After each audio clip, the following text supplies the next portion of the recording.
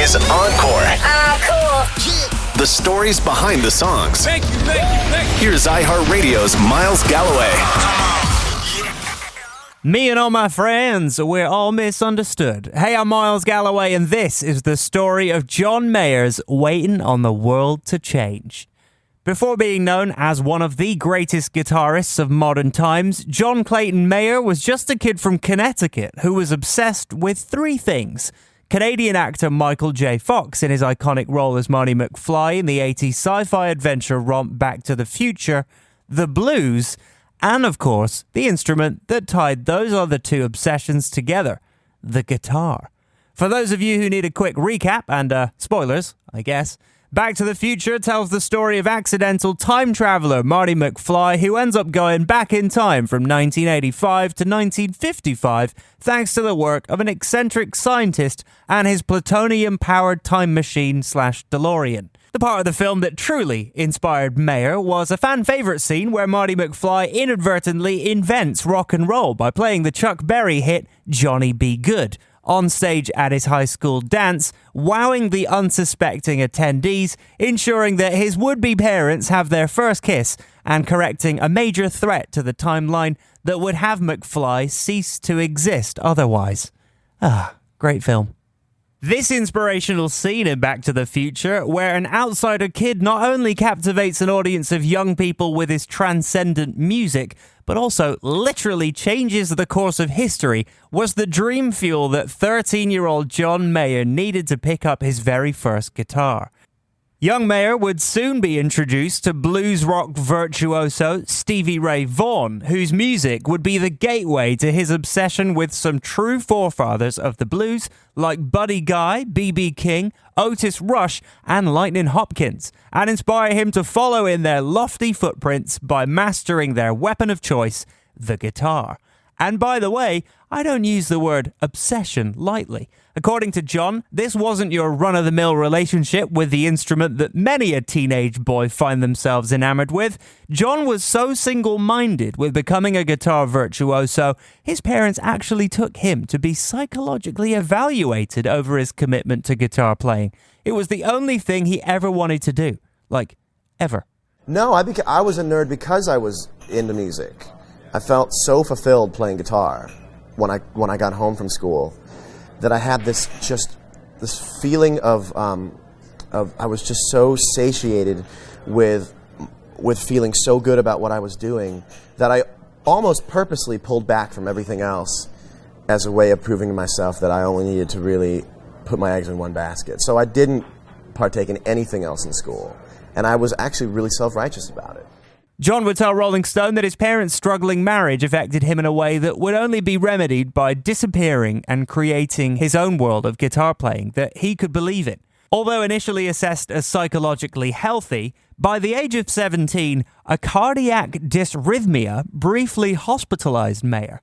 After getting the irregular heartbeat under control, John began having panic attacks, worrying that he may never fully recover from his afflictions, and perhaps be institutionalized at a mental hospital.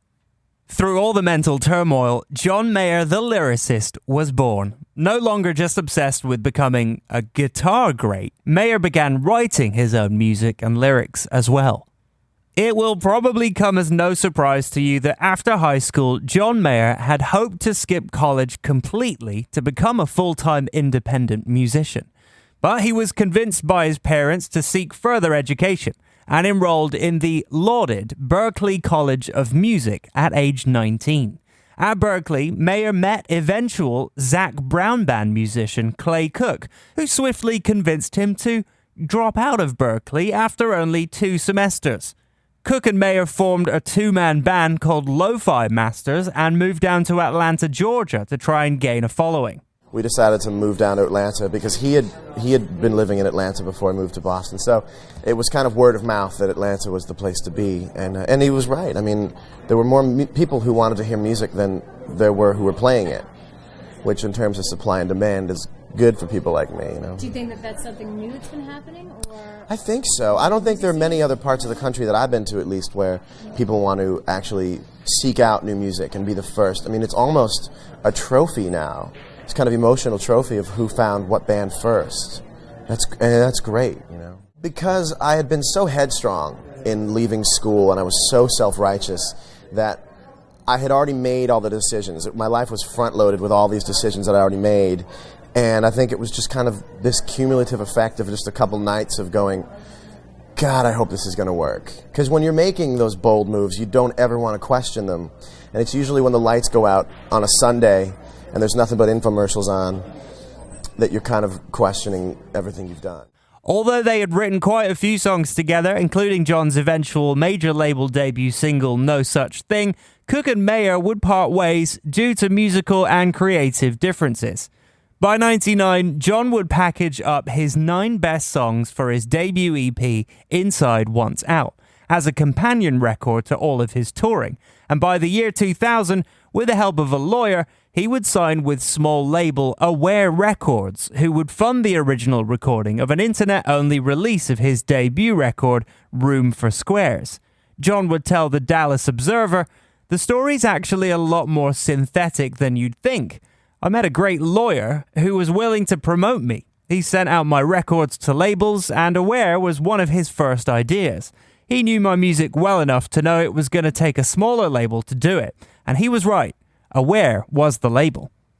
One of the reasons Aware was the right choice is that they were actually a pretty shrewd backdoor into one of the biggest record labels on the planet, Columbia Records. If you don't believe me, Beyoncé is currently still a Columbia recording artist.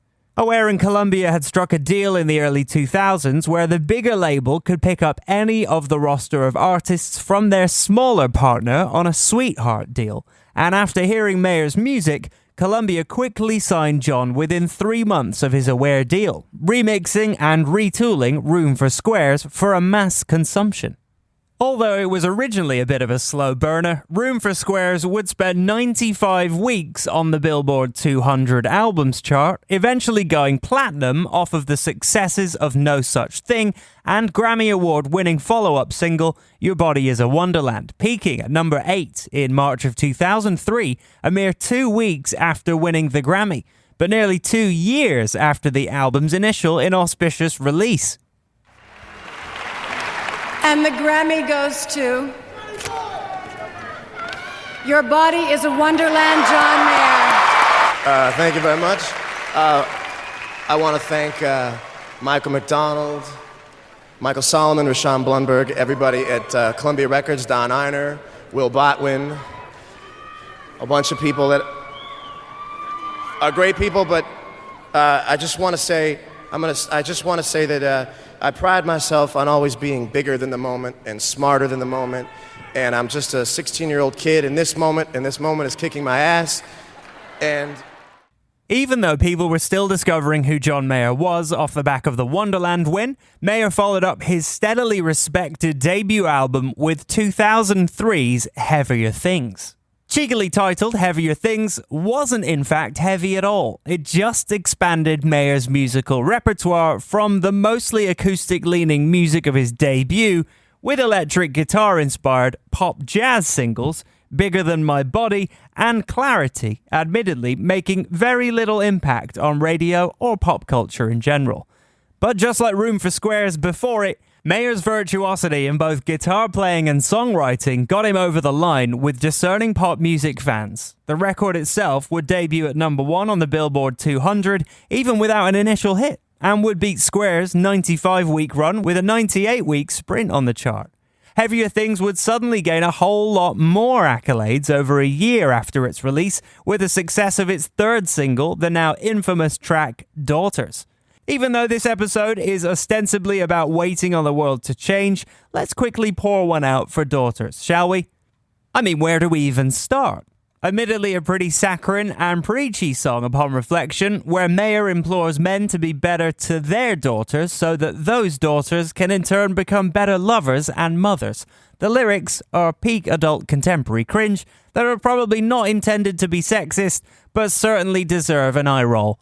As writer Dana Evans put it in her 2021 piece for online publication The Cut, for many passive radio listeners at the time, Daughters probably seemed innocuous. It has all the hallmarks of a Mayer moneymaker: raspy vocals, soft opening guitar tuning, earworm melodies, a catchy-ish hook. But no matter how hard I've tried over the years to drown out Mayer's lyrics in order to admire his beautiful, dumb, pleading face, no human is powerful enough to unhear girls become lovers who turn into mothers. No person should be asked to tune out on behalf of every man looking out for every girl. You are the guide and the weight of her world.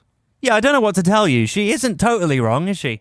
Now, let's set the record straight. There is nothing wrong with enjoying the song, even in a guilty pleasure James Blunt You're Beautiful kind of way. After all, Daughters would become a Billboard Top 20 hit, go double platinum, and perhaps most interestingly of all, win the Grammy Award for Song of the Year in 2005, beating out Alicia Keys, Kanye West, Tim McGraw, and Hoobastank.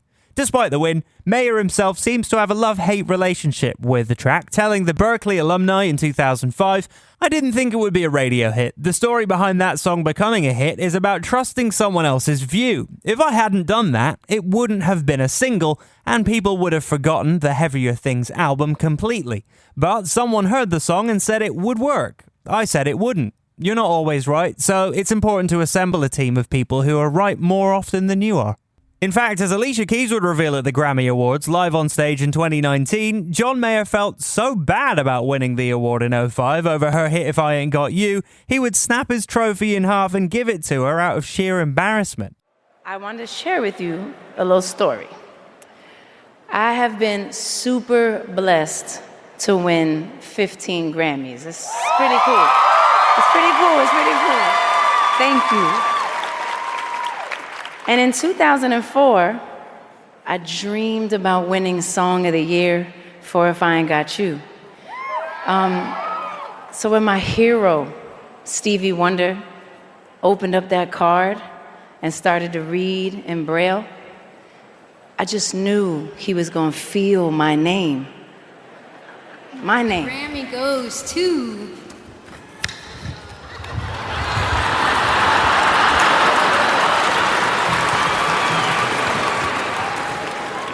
And the Grammy goes to John Mayer. Daughters!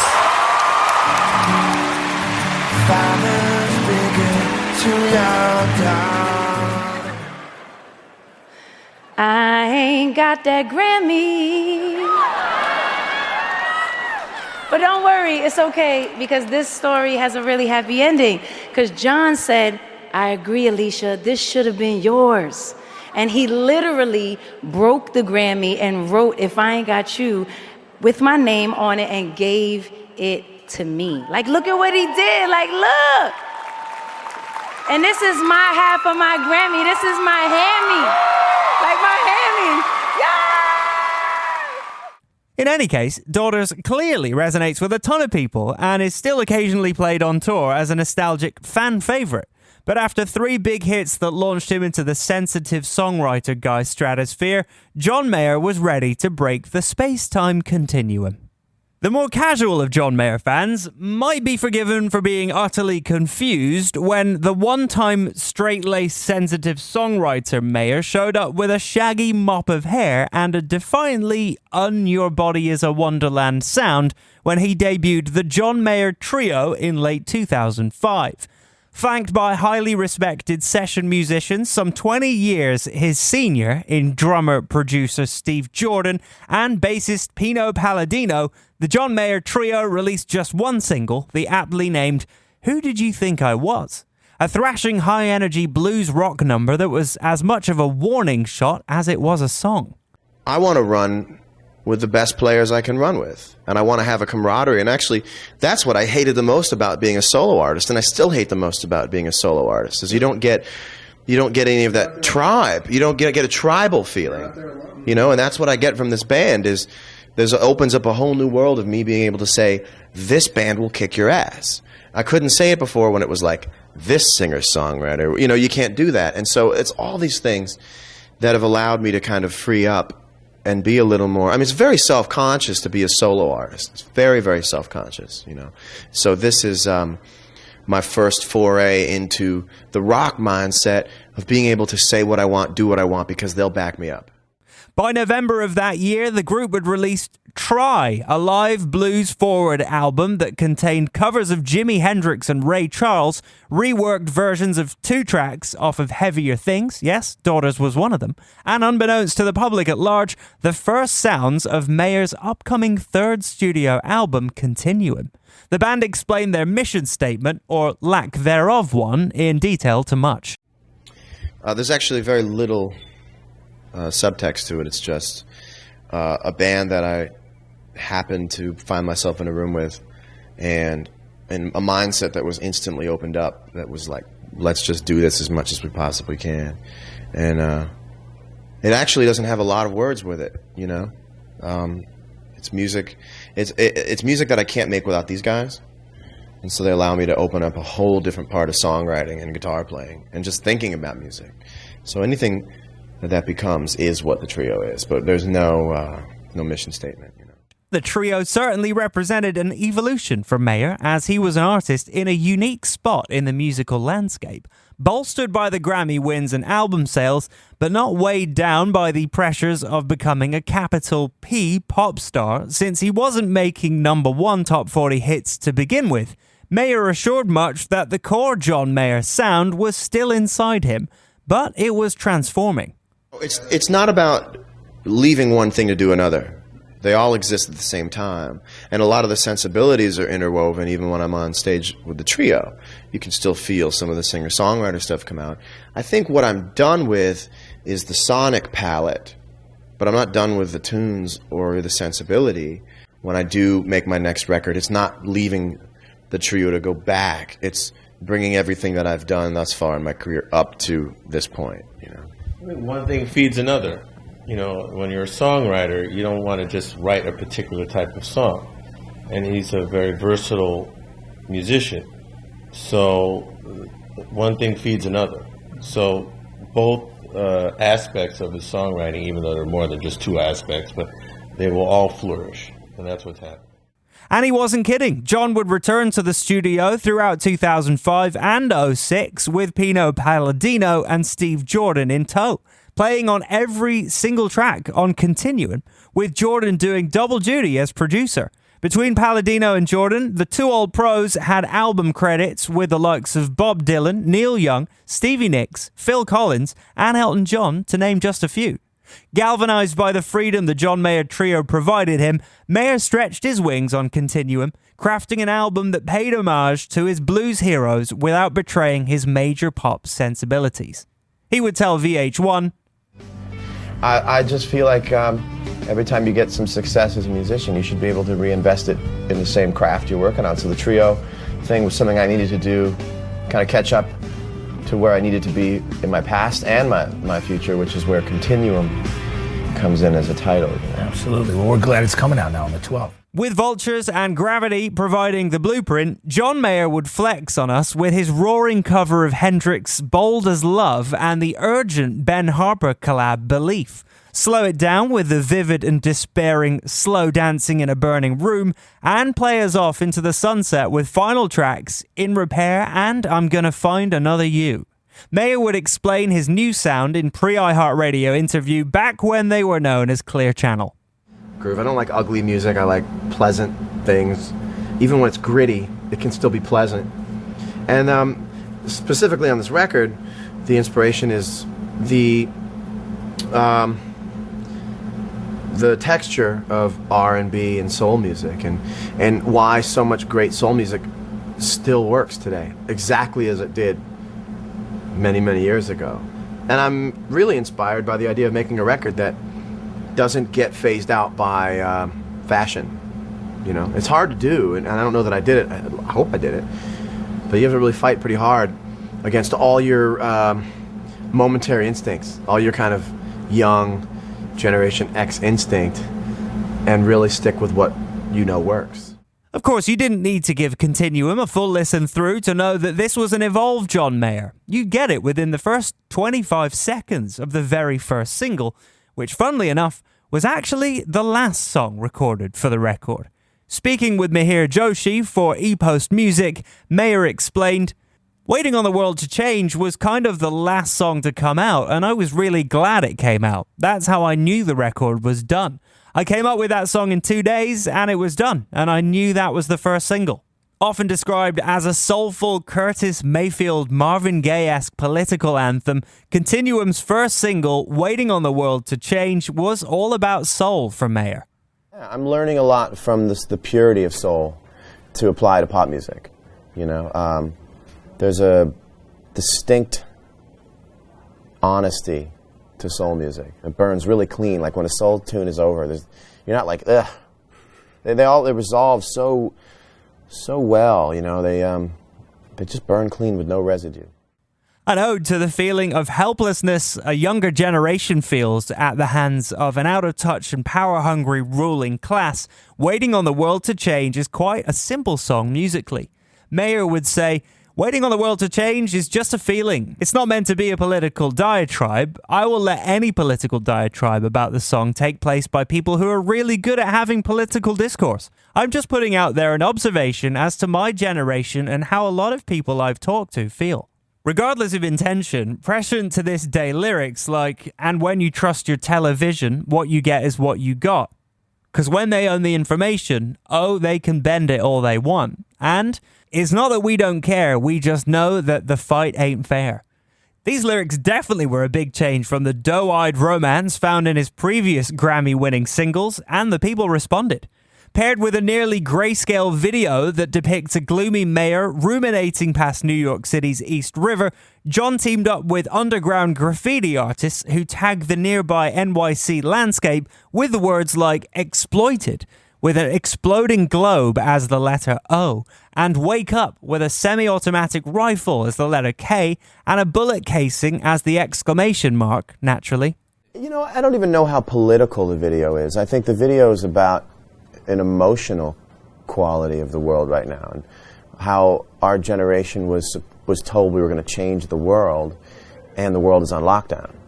You know, what's that like when you were revved up and ready to go, and now the levers that you could have pulled to make democracy happen have tape over them, and they say out of order. You know, it's a very interesting concept. It's a very theoretically dangerous concept, but you know, on most of that stuff, I have a who am I to say attitude right now. As an artist, I have a who am I to say. If you and I go out for, you know, shrimp scampi, you might hear a little more how I feel about it. But as an artist, as an observation, an observer of life and reality, Waiting on the World to Change is just kind of, I can only take it as far as the emotional quality of it. Waiting helped Continuum debut at number 2 on the Billboard 200 chart, losing out only to a peak form Justin Timberlake's Future Sex Love Sounds, which was released on the same day in 2006. But as John told Much, he wasn't too worried. Okay, and speaking of Continuum, it comes out September 12th. September 12th. On the same Tuesday. Hold on, this is big. This is big. Because it comes out the same Tuesday as JT, and he's bringing sexy back. Yeah, I'm bringing sweaty back. Okay, you're bringing sweaty back. So you have a choice. Go get sweaty back. No, I'm sure the album's going to be. I'm bringing sweaty back. You know, I like Justin. I think there's certainly enough room to pick up both CDs. Of course. Or buy Justin's now and buy mine later. I'm here, baby. I'm here for the duration. The song would go platinum within its first year of release. In case you were wondering, it's now 4 times platinum and become Mayer's highest charting song since No Such Thing. Continuum itself would go platinum in Canada upon its initial release and double platinum in the States. Critics would also marvel at Continuum, with Rolling Stone calling it a smart, breezy album that deftly fuses Mayer's love for old-school blues and R&B with his natural gift for sharp melodies and well-constructed songs. Toronto-based Now magazine even weighed in with a backhanded, melodic voice, warm production, complex riffs, and thoughtful lyrics should cure the violent reactions Mayer's name used to evoke. And stop me if you've heard this one before, but just as with his previous efforts, Mayer would win 2 Grammy Awards at the 2007 ceremony. One for Continuum in the Best Pop Vocal Album category, and one for Waiting in the Best Male Pop Vocal Performance category. Speaking of those male pop vocals, in 2017, Mayer revealed to iHeartRadio's Bobby Bones that Waiting on the World to Change is the one song he's now tired of performing, but perhaps not for the reason you'd think. So, we're having a debate in this room before you came in, and you may not want to answer this. Which song are you just tired of playing? I'm tired of playing Waiting on the World to Change. Boom! Oh. What did I say? Pay up. What, that I would have one or that it would be Waiting on the World? That it would be that one. Really? Yeah. Yeah. Why do you think it is? I have a whole different reason. But why do you think it is? I have a reason I'm tired of hearing it. Why do you have a reason? Oh, that's funny. Let's go. Let's boogie. Let's boogie. Here we go. I'm leaning into this one. Go ahead. I know. Why are you tired of playing it? It's honest to God, it's just a tactile thing. It's just after a while, like, by the way, you're going to be like, oh, well, I hated the message. I was like, I just didn't like the way it felt in my hand. It's right outside of my range. Like when I had vocal surgery, then I had a procedure, and like it cost me like 2 or 3 notes, and I needed those notes for Waiting on the World to Change. So I kind of have to sneak around it. So it's not exact. It never really was the most comfortable thing to sing. So weirdly enough, like all the songs that became very popular are very difficult to sing for me. Meanwhile, all I wanted to do was like have a hit with like, who says I can't get stoned? And just wake up at 5 a.m. and be able to do it. And so it's out of my range. It's also musically pretty circular, you know? So there's not a ton of room in it. You kind of get into it. You have to say your piece and then get out. It's not necessarily meant for exploring the musical space of the song. Now you go, why don't you like Waiting on the World to Change anymore? I feel like it's not in your range anymore. Like you lost a couple notes. Are you kidding? Or are you just saying exactly? I'm just lying. I'm mirroring your. I didn't know which one I was going to like more. That I was right. This or is that the true. Because on that record, I feel like that's the one song that is different than all the rest sonically. I listened to that whole album, and I'm like, man, that one could probably go on a couple other records. That might be true, but also it's. And I felt like it was a radio song. Did you write that to be on the radio? No, talk about running it by somebody. A dear friend of mine at the time, I sent it to her, and she said, "I don't hear it. I don't think it's." And I went, "I think it's huge. I think it's going to be huge." It's, I don't really hear it. I don't think it's going to be huge. I'm weird when it comes to hits, man. Like I don't know what makes a song of mine a hit. Hilariously enough, I ran the numbers, and according to setlist.fm, despite this peek behind the curtain, Mayer has played the song more than 80 times since making those comments, as immediately as the very same day he made them, that night in Nashville, and as recently as October of last year. So next time you see John Mayer performing the single, know that he's just waiting for the song to change. Things would get a little weird for Mayer post-Continuum, as he would soon make headlines for his personal life as much as he would for his music. Along the way in 2007, he would drop Say, a song that's essentially just an earworm incarnate for the Rob Reiner film The Bucket List. Say would inexplicably become Mayer's highest charting Hot 100 single ever and win him another Grammy despite being a really thin effort. Thanks to its unprecedented success, Say would also be retroactively added to the Continuum tracklist on its deluxe edition. Mayer would be highly scrutinized for high-profile relationships with Jessica Simpson, Jennifer Aniston, Katy Perry, and plenty of rumor and innuendo that he was dating a young Taylor Swift, when she provided backup vocals to his 2009 song Half of My Heart.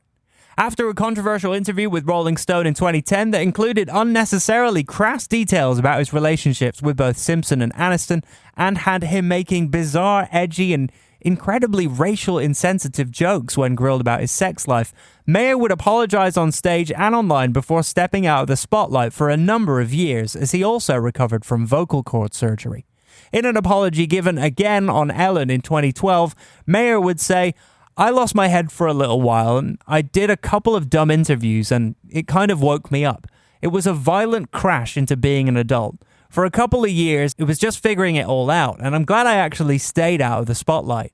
He would then return to speak with Rolling Stone in 2013, stating, "I abused that ability to express myself to the point where I was expressing things that weren't true to my thoughts."